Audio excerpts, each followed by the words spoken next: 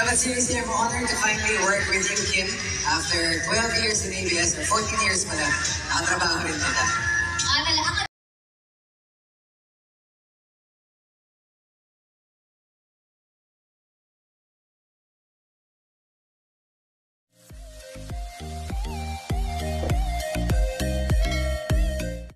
Ang sipag nga naman magdutdutan pagdating ng mga Kim Pao fans.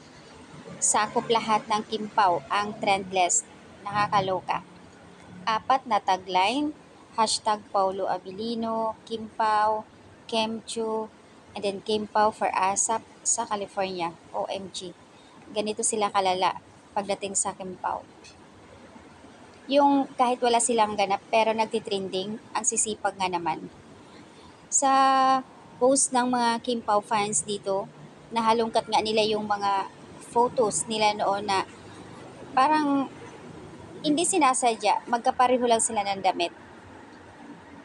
Maraming beses na nga na pagkatukma ang mga damit nila halos pare-pareho, and then sa mga galawan. So, ayan, couple watch. Buto nga ba talaga ang mga Kim Pao fans? Pagdating sa kanila, sobrang kilig na kilig.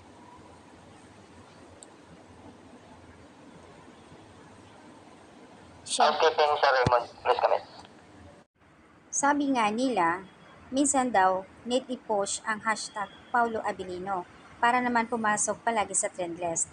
Bihira lang kasi ito nangyayari na pumasok siya. Hindi kagaya kasi ni Kim na halos araw-araw nagtitrending sa It's Showtime. At lalo na sa mga Kim Pao. So, kaya dut-dut na tayo. So, ayan yung mga talagang napag-uusapan dito sa social media. Ang lalakas nga. Something in your eyes I see is all over wanted.